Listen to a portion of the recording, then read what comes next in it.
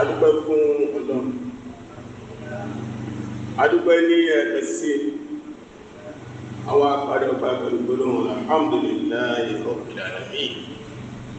ẹ̀yẹ́rùsìn Ọlọ́run, ìbánisọ̀rọ̀ àti èní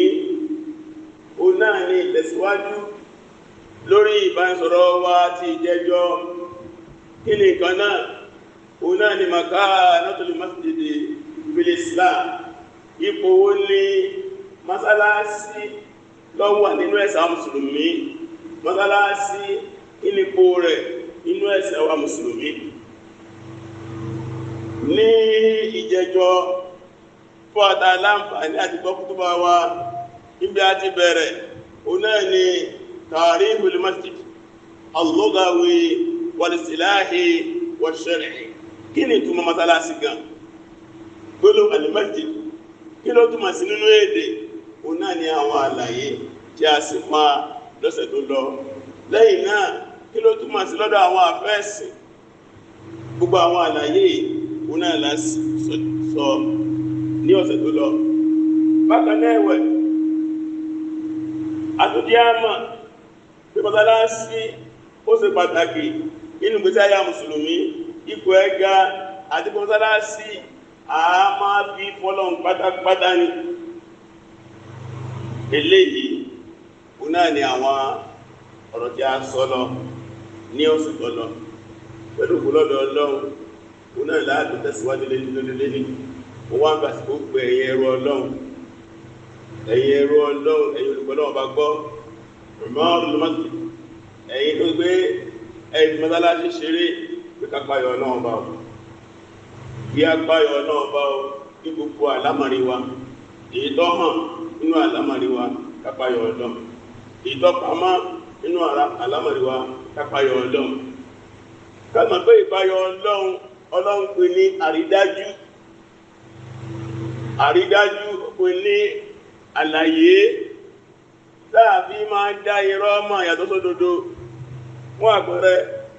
inú Suratul Anfal, Quran chapter 8, ọlọ́ba ń sọ ń bẹ̀ fún wa ní àyà 29. ọlọ́ni yā ayyuhalladhīna āmanū, ọlọ́pàá tí ẹgbẹ́ náà bá gbọ́gbàgbọ́ tí òdodo, ittaqullāha, tẹ́ bá lè páyọ̀ Ọlọ́run. yaj'al lakum furqānan, Ọlọ́run bá ṣe fún yín ìmọ́lẹ̀. gbogbo tí bá ń dàrú máwọn èèyàn lọ́wọ́, tẹ́yìn bá páyọ̀ Ọlọ́run ní jí ó lè dàrú mọ́ yín lọ́wọ́. a fi ní furqān, àlàyé, furqān ìfọ́síwẹ́wẹ́, furqān ní tí máa ń yára kó lára òdodo. bákan náà wọ́n kàn fẹ́ra kún sayyi'ātikum, òun ó sì pa gbogbo àṣeyín rẹ̀. ara àwọn àǹfààní ìpayọ̀ Ọlọ́run yàtọ̀ sí pé nǹkan ò ní máa dàrú mọ́ wa lọ́wọ́. ìpayọ̀ Ọlọ́run lè jẹ́ kí nǹkan dàrú mọ́ yàn lọ́wọ́. nínú àǹfààní ẹ̀ ò ní pé sayyi'āt, àwọn àṣedéédé, àwọn àṣìṣe tá a bá ti ń payọ̀ Ọlọ́run máa pa àwọn àṣeyẹn rẹ̀. wọ́n jù ìlàkùn àǹfààní ẹlẹ́ẹ̀kẹta, wọn lọ́bọ̀ foríjì yìí, gbogbo ẹ̀ṣẹ̀ wọn foríjì yìí. hadhihi min fawaidi taqwa, àwọn nǹkan wọ̀nyí nú àwọn àǹfààní ìbẹ̀rù Ọlọ́run. kí nǹkan má dàrú mọ́ èèyàn lọ́wọ́ látara bẹ̀rù Ọlọ́run. kí Ọlọ́run bá pàṣẹ èèyàn rẹ̀, ìbẹ̀rù Ọlọ́run. kí Ọlọ́run forí ẹ̀ṣẹ̀ èèyàn jìyàn, ìbẹ̀rù Ọlọ́run bá ní. Ọlọ́run ní wallahu dhul fadlil azim, wọn náà bá yìí ọba ọlọ́lá tó tóbi lòun ṣe. orílẹ̀-èdè ọdọ́wọ́ ẹni kọ̀ọ̀kan wa kápáyọ̀ Ọlọ́run nínú ilé wa, ìbẹ̀rù Ọlọ́run níbi iṣẹ́ wa, ìbẹ̀rù Ọlọ́run bá a bá dúró, ìbẹ̀rù Ọlọ́run bá a bá jókòó, ìbẹ̀rù Ọlọ́run. ká má fi ìbẹ̀rù Ọlọ́run bá ṣeré. àníjọ́ka ànábì sallallahu alaihi wasallam ó ń fún ọ̀kan náà àwọn sàábẹ̀ rẹ̀ nímọ̀ràn. ó ní ittaqullaha haythu ma kunta. ó ní páyọ̀ Ọlọ́run bí tó bá ti wà, gbogbo bí wá ti wà, ìbẹ̀rù Ọlọ́run bá kún. orí díẹ̀ ọlọ́wọ́ ìlú kọ̀ọ̀kan wa, ìbẹ̀rù Ọlọ́run. ní ìtẹ̀síwájú lórí ipò mọ́sálásí wà inú ẹ̀sà mùsùlùmí, gbogbo mùsùlùmí lọ́kùnrin lóbìnrin lọ́mọdé àgbàlagbà ó gbọ́dọ̀ rí mọ̀ ana masjid àkó mọ́sálásí o fil islam inú islam da'amatun qawiyya min hamida alladhi qama alayha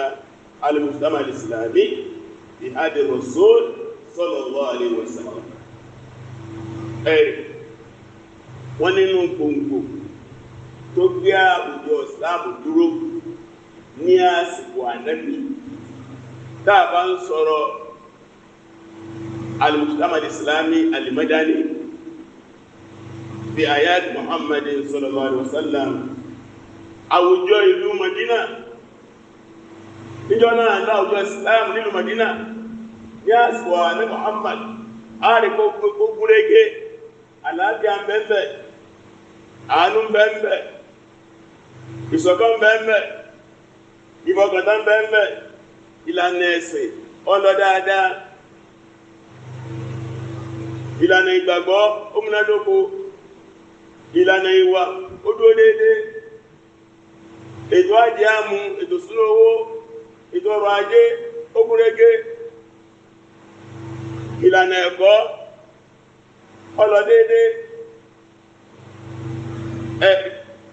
ìlànà àṣà gbogbo ẹ̀ lọ dáadáa ìlànà ètò òṣèjọba ìlànà òṣèlú gbogbo ẹ̀ ló lọ dáadáa nínú gbèsè ayé ànàbẹ̀sára ìlànà ààbò ìlànà ètò ológun lẹ́gbò dìdí tí a kan làbá kan sí ó pè ní malamihu al-mujtama al-islami ìhádìí rọ̀sùn àwọn àmì rere àwọn àmì tọ́ka sí inú ètò àwùjọ gbèsè ayé àwọn mùsùlùmí nílùú Madina wọ́n wá ní gbogbo ẹ̀ pátá ìgúnrégé rẹ̀ àkọ́kọ́ tó jó gúnrégé òun náà ní masalasi torí ẹ̀rù kó masalasi lànà bí kọ́kọ́ ń bòdé lù Madina kó lè bá ní àwùjọ rere kí àṣepọ̀ ọmọ ènìyàn tọ́lọ́ lè bá dá ilé ayé ò lè tò bọ́mọ ènìyàn tí àṣepọ̀ wọn àtọ́lọ́wọ́n bọ̀ bá ní àlàáfíà wọ́n ni wala yazalu amru kadhalik wọ́n lọ́rọ̀ masalasi kò sí ní yẹ kò ní gbò irú láti kó sí ní láyé ànábì náà ní ó rí gbogbo ayé wọ́n ni pẹ̀lú mọ́jẹ̀mú idha tahaqqaqat adabu bina'ihi al-asasiyya tó ẹgbẹ́ àwọn ìdí àwọn objectives táà torí ẹ̀kọ́ masalasi wá bá lè gbé kalẹ̀ bẹ́ẹ̀ àwọn àdídá torí ẹ̀kọ́ mọ́sálásí tí a bá lè lo mọ́sálásí wa tó lè jẹ́kọ́wọ́ wá bá àwọn ìdí yánpẹ̀lẹ̀ aims and objectives táà torí ẹ̀kọ́ mọ́sálásí wọ́n ní irúṣẹ́ mọ́sálásí ànábì ṣe láti wá náà sí wọ́n bá kan náà wọ́n sọ́ àti imaratuhu al-hissiyya wal-ma'nawiyya pé ìbá mọ́sálásí lò bó ṣe tọ́ bó ṣe yẹ abábá masalasi bó ṣe yẹ irú masalasi ṣe rí láyé ànábì masalasi wọn náà ṣe rí irú bí àwùjọ ànábì ṣe rí lẹ́yìn àwùjọ wọn náà ṣe rí wọ́n ní bákan náà wọ́n yẹ lọ́lù rúkùnà àṣàṣíyá ìbìnà ìṣẹ́mẹ̀ ìsìlámi fi hádìrí mùsùlùmí wọ́n torí díẹ̀ masalasi òní yẹ masalasi òní gbò tí ó máa jẹ́ gbòǹgbò tí ó máa jẹ́ òpó òpìlẹ̀ láti mọ àwùjọ Islam láti gbé àwùjọ Islam nínú gbèsè ayé àwọn mùsùlùmí tí a bá ń ṣẹ̀mí lọ́wọ́lọ́wọ́ nígbà tí a ń bá masalasi lórí dáadáa wọ́n á fi mustaqbali kódà lọ́jọ́ iwájú wọn bẹ́ẹ̀ náà ni wọ́n torí ìdí ẹ̀ gbẹ̀gẹ́rì masjid yéèlì gbẹ̀gẹ́rì masjid tí ó bá délé sí masalasi masalasi wà kò sí ní kó ṣe la yaqumu bina al-mujtama al-islami ala ussu sahiha bi surati mutakamila wọ́n torí ìdí ẹ̀ ẹgbàgbé lè rí àwùjọ rere lè rí àwùjọ rere lè rí àwùjọ Islam rere tí ó wà tó lórí àwọn gbòǹgbò tó lálàáfíà ní àwòrán tó pé láti wá rí pé mọ́sálásí nǹkan tó tóbi nígbà tí a mùsùlùmí ni àwọn afẹ́ yẹ̀wò kí ni Adam bina ilé Masjid Islam. Kí ni àwọn ìdí tá a máa torí ẹ̀kọ́ mọ́sálásí nínú ẹ̀sà àṣìṣòrí? Ọ̀gá lọ pé ìsáàlẹ̀ tó ní Masjid, iṣẹ́ wo ni mọ́sálásí fẹ́ ṣe ní àwùjọ àwọn mùsùlùmí? Àwọn àfáà tí ń kọ ọ̀rọ̀ nípa ọ̀rọ̀ mọ́sálásí, wọ́n ní sí àkọ́kọ́ tá a fẹ́ mọ́sálásí ṣe ní àwùjọ àwọn mùsùlùmí, òun náà ni tẹ̀rẹ̀síf al-aqidati al-islamiyyati fi qulub wa nufus al-muslimin. Àkọ́kọ́ nù. Iṣẹ́ àkọ́kọ́ tá a fẹ́ mọ́sálásí ṣe ní àwùjọ àwọn mùsùlùmí, òun náà láti gbé sínú ọkàn àwọn mùsùlùmí, ọkùnrin wọn, obìnrin wọn, ọmọdé wọn, àgbàlagbà wọn, olówó inú wọn, tálákà inú wọn, olórí inú wọn, ọmọlẹ́yìn inú wọn, ó pín sí wọn nínú ẹ̀mí al-aqidati al-islamiyyati as-sahiha. Ó pín ìlànà ìgbàgbọ́ Islam tó ní àlàáfíà, ìlànà ìmọ̀ Ọlọ́run tó ní àlàáfíà nínú kẹta fẹ́ pẹ́ta láti sínú. Kí àwọn èèyàn wá kẹ́kọ̀ọ́ ìgbàgbọ́ ní Ọlọ́run mọ́sálásí, kí ẹ̀mí wọ́n lè bá dúró, wọ́n á mọ̀ tí wọ́n bá bí ẹlẹ́rẹ̀ ẹni bá wọn mọ́sálásí, tí wọ́n bá bí léèrè pé mélòó ni Ọlọ́run bàbá Allah àti ọ̀kan, tí wọ́n bá bí léèrè ta ní pààyàn àní Ọlọ́run, tí wọ́n bá bí léèrè ta ní fún ìlówó àní Ọlọ́run, tí wọ́n bá bí léèrè ẹ̀rí ta ní wo ní ìsàn àní Ọlọ́run, yóò mọ àwọn asma'ullahi al-husna wa sifatullahi al-ulya, yóò mọ àwọn orúkọ Ọlọ́run tó rẹwà, yóò mọ àwọn òròyìn Ọlọ́run tó ga jùlọ, yóò mọ àwọn ìṣẹ́ Ọlọ́run, yóò mọ agbára Ọlọ́run. Ilé ìlàkọ́kọ́ ìgbàgbọ́, bá a sí gbọ́ náà bá gbọ́ akọ mọ́sálásí, bá a sí gba àwọn màláíkà gbọ́ akọ mọ́sálásí, bá a sí gba àwọn òjíṣẹ́ náà bá gbọ́ akọ mọ́sálásí, bá a sí gba àwọn àwùjọ Ọlọ́run, àwọn àwùjọ mímọ́ akọ mọ́sálásí, bá a sí gba ọjọ́ gbéde àlìkíyámà gbọ́, àjíǹde lẹ́yìn ikú akọ mọ́sálásí, bá a sí gba kádàrá gbọ́, èyí tó dá inú kádàrá, èyí tó kù díẹ̀ káàtó inú kádàrá akọ mọ́sálásí. Ọ̀rọ̀ sàárè, bá a ṣe gba ikú gbọ́, bá a ṣe gba sàárè gbọ́, ìkà sàárè, ìyà sàárè, tá a bá jẹ́ yẹrẹ, ìkà sàárè, ìdẹ̀kùn sàárè, ara àkídà ni akọ mọ́sálásí. Tí a bá jẹ́ ní ibi ìyà sàárè, ìnira sàárè, akọ mọ́sálásí. Ìlú ajé àlìjámà, a mọ̀ kí ní jẹ́ àlìjánnà àjòrò àlìjánnà. Àjòrò tọ́lọ́ ọba àlejò ọlá tí ó tóòrò àwọn ọmọ àlìjánnà. A sì mọ̀ kí ní jẹ́ iná àti ìròyìn iná àti ìròyìn tọ́lọ́ ọba ọ̀wá tó rò pé tó sọ́fà nípa àgájọ́ ọ̀sẹ̀lẹ̀ sáwọn ọmọ náà. Àkọ́kọ́ nù, àbọ̀ ọ̀sẹ̀ mọ́sálásí nìyẹn. Lọ́wọ́ àwòlé ní mọ́sálásí mélòó láti rí ìlànà àkídà bẹ̀, àbí ọba tó bá kídà wá jẹ́ bẹ̀.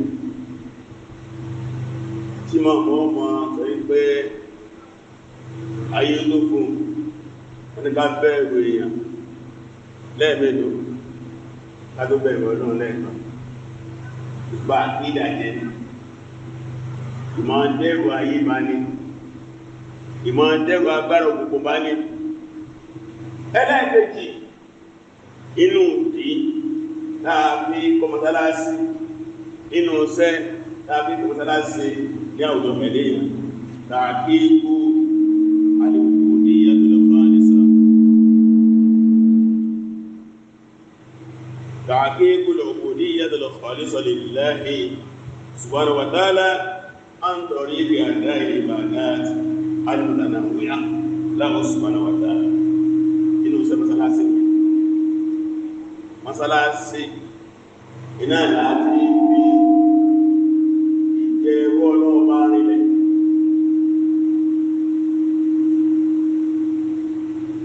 inú mọ́sálásí láti fi ìjẹ ẹwọ́ ọlọ́wọ́ bá rinlẹ̀ jẹ́ òkùnìyà ẹrú ni mo ṣe fọ́lọ́ orúkọ tàbí ilé láti sin ọlọ́run ibẹ̀ láti wá fi ìjẹ ẹwọ́ ọlọ́wọ́ bá rinlẹ̀ ẹrú ọlọ́wọ́ bá láàṣẹ látara àwọn ìjọsìn oríṣiríṣi tá a máa ṣe ní mọ́sálásí ìjọsìn oríṣiríṣi a máa ṣe mọ́sálásí a máa kúrò ń bẹ̀ ìjọsìn nínú kékeré mọ́sálásí a máa kí àlùkò níbẹ̀ ìjọsìn àlùkò ní mọ́sálásí a máa ṣàdúrà níbẹ̀ ìjọsìn àdúrà mọ́sálásí a máa rántí ọlọ́ba níbẹ̀ ìjọsìn ìrántí ọlọ́ba mọ́sálásí a máa ṣe wáàsí níbẹ̀ a máa ṣe ìdánilẹ́kọ̀ọ́ níbẹ̀ a máa kọ́ ní fíkìú a máa kọ́ láàdís gbogbo ẹ̀ pátá ìjọsìn ni lẹ́bọ̀ pé ìbẹ̀ láti jẹ́ fọ́lọ́n pátápátá pẹ̀lú ṣíríṣẹ́ ìjọsìn àmọ́ ìjọsìn fọ́lọ́n ìyẹn jẹ́ gbogbo ẹ̀ lẹ́ẹ̀kejì lẹ́yìn ìgbàjẹ́ mọ́sálásí ọba gbé àkídà ìgbàgbọ́nù ọlọ́run tó lálàáfíà síwájú ẹ̀mí àjẹká tó jẹ́ orí fọ́lọ́n pẹ̀lú ṣíríṣẹ́ ìjọsìn àmọ́ sí ẹni bá wá mọ́sálásí dáadáa ìjọsìn rẹ̀ ọ̀pọ̀ lójú ojúmọ́ bá dé lọ sájọ́ mọ́ kẹ́kọ̀ọ́ sí bí bá ń kẹ́kọ̀ọ́ sí tí mọ́ rẹ̀ bá dé dàgbà sókè sí lójúṣe lọ́nà máa kọ́ sí ẹlẹ́ẹ̀kẹta nínú ìdí dáàfin kọ mọ́sálásí àyíndá tó fẹ́ kí mọ́sálásí máa ṣe tààmí kùlìkíyà àròhìyà bí àyà tó mùsùlùmí tààmí kùlìkíyà àròhìyà bí àyà tó mùsùlùmí ó náà ní pé ká jẹ́ kí ìdàgbàsókè ẹ̀mí dáńpẹ̀ ní spiritual development ẹ̀mí ọlọ́run láti jẹ́ kí ìdàgbàsókè ẹ̀mí ọlọ́run nígbèsí ayé àmùsùlùmí kó dàgbàsókè sí láàfin máa ń sáàsì ní ọwọ́ àyẹ̀wò ní ìsìlẹ̀ àríwó kìí ṣe ilé dáa tí máa ń sọ̀rọ̀ ilé ayé àìsàbá ti wà ń bẹ̀ á darí ọkọ̀ asọ́dọ̀ ọlọ́run ẹ̀mí wá ga ibi tí ìdàgbàsókè fi báyàn ìdáàmà rí ń bẹ̀ ìdáàmà gbọ́ ń bẹ̀ ìdáàmà rí pé ìlànà bí ìdàgbàsókè fi bá ọmọ ẹ̀dẹ́ yẹn ni ìyẹn di ẹlẹ́ẹ̀kẹta lẹ́yìn náà nínú ìdáàmà mọ́sálásí ṣe láwùjọ mùsùlùmí هنا نجاز الأخلاق الإسلامية والفضائل الكريمة في حياة المسلمين mọ́sálásí ọwà láti gbé sínú ẹ̀mí àwọn mùsùlùmí sínú gbèsè ayé wọn àwọn ìwà ọmọlúwàbí àwọn ìwà ẹwà kò dáa kí a máa wá mọ́sálásí ẹgbẹ́ mọ́sálásí wà kí a má lè sọ di ilé ìwà àwọn àwà kan bẹ níjọ́ náà lọ́hun mọ́sálásí láti ti ń kọ́ àwọn èèyàn gbogbo ìpínlẹ̀ ìsáájú àwọn àwọ ọmọdúwàbí mọ́sálásí kọ àkọ́kọ́ náà wọ ọmọdúwàbí àṣìṣìdì gbódódó mọ́sálásí wà láti gbin òdo sínú gbèsè ayé ọmọ ìdínà gbogbo ọmọ jẹ́ olódodo ẹwọ́n Suratu Tawba àyà 130 ọlọ́niyà yóò lẹ́dí náà mánú اتقوا الله وكونوا مع الصادقين ọ̀pọ̀lá ìpẹ̀lẹ̀ ìpẹ̀lẹ̀ ọ̀bá gbọ́ ẹ̀páyọ̀ ọlọ́run ẹ máa bẹ pẹ̀lú àwọn olódodo gbogbo àwádá bá gba ìyádò sọ̀lẹ̀ ní bọ́ọ̀bù sí dáadáa ìdáká túnlẹ̀ lọ́pẹ̀ sọ ayẹ̀ ìkàlẹ̀ látara òdodo kéèyàn sódodo àwọn ẹ̀kọ́ tó kọ́ lọ́dọ̀ Ànábì Muhammad sàlá nígbàtí ń jọmọ kí Ànábì nígbàtí ó díjọ́ kan lẹ́gbàtí Ànábì dé lùmọ̀dé ẹ̀dẹ́ lọ́bí ọdún 9 ni wọ́n bá gbọ́ pé àwọn alágbára ilẹ̀ ẹ̀rọ wọ́n fẹ́ jẹ àwọn mùsùlùmí ìrò débi gbọ́ Ànábì nígbàtí ó gbọ́ àwọn mùsùlùmí lùmọ̀dé náà a ní jókòó á lọ sójú ogun ogun táyì fẹ́ lọ ó jì wà lásìkò kálukó múra ogun kálukó bẹ̀rẹ̀ sí múra kódà àwọn obìnrin tí wọ́n à ní lọ sójú ogun àwọn náà múra ogun gbogbo nǹkan tí wọ́n ní bí jẹ́ máa bí sétí jẹ́ máa bí sọ́rùn jẹ́ máa bí sọ́wọ́ táǹpé ní gold aná àjájọ fánàbí kọ́lọ̀ ìta òkèrè ogun bá ọmọ ogun lókún bá yá àgbà fún wọ́n bá náà lọ́wọ́ ìlú Mọ̀dínà gbóná òsóúnjẹ ọ̀dádá ojú ọ̀rọ̀ ẹni ọláyọ̀ ọwọ́ ní ìgbàjọ́ sí kìíní nàbà kan ogun yẹn pín àwọn mùsùlùmí sóríṣiríṣi a máa wọ́n ní mùsùlùmí òdodo a máa wọ́n ní ìmọ̀nàfíkì wọ́n bá lọ gbé ogun nígbàtí lọ́jọ́ ogun nínú àti ànábìnrin jíde ká orí kí ló díjọ wà tó ní ogun ọlọ́sá ní kí ànábì lọ kánàbì pọ̀ ànábì ló bí ọjọ́ méjìdínlógún bí kéèsì rẹ̀ tètè lólòfẹ́ ó padà sí Màdínà ó tẹ́ jẹ́ Màdínà àwọn mọ̀nàfíkì tí wọ́n lọ ní ọlọ sílẹ̀ ànábì nínú wáwí jáde ìbátẹ̀lẹ̀ ọlọ sójú ogun ara ìyàwó mi ní ọ̀yá pápọ̀ rẹ̀ ìbátẹ̀lẹ̀ sójú ogun ara ọmọ mi ní ọ̀yá ìbátẹ̀lẹ̀ sójú ogun ìmẹ́gẹ̀ ọ̀gbádùn nǹkan sí bàbá mi gbogbo wọn wáwí jáde lọ ànábì yọ̀ǹda fún ó gbà bẹ́ẹ̀ gbogbo ẹ̀ láyé àsọ́nù sípàdé tọ́ba káàpù wá wà nínú àmẹ́ta àwọn mẹ́tẹ̀ẹ̀ta wọn ló lọ olùgbọ́lọ́bà gbọ́ ní oṣù mọ̀náfíkì wọn àdógún ẹ̀mí wọn tàn wọ́n jẹ lọ́wọ́ ti pé ọwọ́ lọ́sọ́dọ̀ ànábì àwọn méjì ti bọ́ lásíwájú ẹ̀ náà ti lọ sọ yí pé àwọn ò nídi ìkẹta àwọn òfin lọ́sọ́jú àwọn ọ̀kan lọ́nà gbòdúwájú ànábì rẹ̀ lórí sí ọlọ́run wọ́n tó bá pín iwájú ọba aláyé ìkànbọ̀ bá wà wọ́n ma agbárí tí mo lè lò fún gbogbo ní má jẹ́ sọ fún lóṣù gbàmí gbọ́ ṣùgbọ́n wọ́n jù mí lọ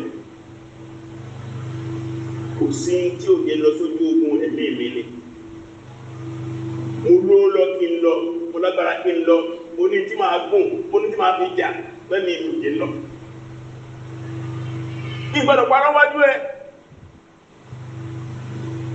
lọ́ba ní kí ànábì sọ fún ọmọdéta kí wọ́n lọ sójú ogun yẹn pé gbogbo àwọn mùsùlùmí tí wọ́n tẹ̀yẹ sí wọn mùsùlùmí gàgà ọ̀gbọ́dọ̀ fún wọn mọ́ bí bá sì dáhùn sórí ọ̀gbọ́dọ̀ dá wọn ló ẹ̀gbọ́dọ̀ dá wọn ló bẹ́ẹ̀ bá kẹ́ ẹ̀gbọ́dọ̀ dá wọn ló sí gbọ́dọ̀ bá wọn sí nǹkan kan kódò tó bá débi gbá láti ní kí gbogbo wọn kọ ìyàwó padà lé bàbá wọn gbogbo ẹ̀ padà sí látọ̀dọ̀ náà ni ilẹ̀ wá fún mọ́ wọn gbogbo ìjájọ́ máa ń sọ̀rọ̀ tẹ́lẹ̀ mọ̀sálámà sí wọn ní mọ̀sálámà wọn dá káàbù ló ń wọ àtẹ́dẹ̀ ní mọ́sálásí òun àdán sáfù wájú òun àmọ́ wọ ànábì lójú ojú òun rẹ̀ jọsọ mẹ́rin ó náà bí ò lè jẹ́ olówó tó sálámà sáàmà bí lẹ́ntí ilẹ̀tí pé bọ́yá yóò jẹ́ ìdáhùn kẹ́lẹ́kẹ́lẹ́ àdébò lè dáná olówó amúkú wàhálà dé wọ́n dẹ́yẹ sí wọn ó rí bẹ́ẹ̀ ni wà nínú àwọn ọba láyé tí wọ́n kúrò ṣẹlẹ̀ yẹ wọ́n ti pẹ̀pẹ̀ káàbù yẹn láni ní bá ránṣẹ́ sí pé sẹ́yìn lẹ́nìkan máa kàlábùkù máa bọ̀ asáàfin àdẹ̀lọ́lá ń bẹ̀ kó Mádínà wọ́n mọ́ yí ẹni ó tún kú sẹ́kún ó lánàwò dé